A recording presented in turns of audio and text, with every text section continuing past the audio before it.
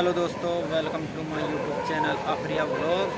मैं हूं पवन और इस टाइम है भवाना दिल्ली में इंडस्ट्रियल एरिया। और हमारी गाड़ी में लोड हो रही है जो पानी की टंकी आती है, उसके जो ढक्कन होते हैं प्लास्टिक के, वो लोड हो रहे हैं इसमें। मैं आपको दिखाता हूँ। ये देखो, ये सारा इंडस्ट्री एरिया है मेरे पीछे भवाना में।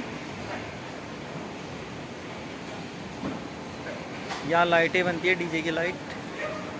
गाड़ी लोड हो रही है। ये फैक्ट्री है, फैक्ट्री इलाका।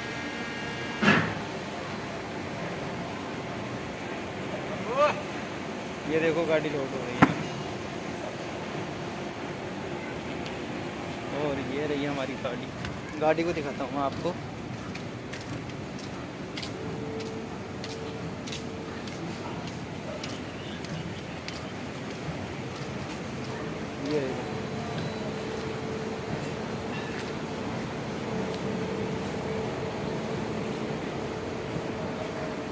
ये पूरा इंडस्ट्री एरिया है यहाँ पे।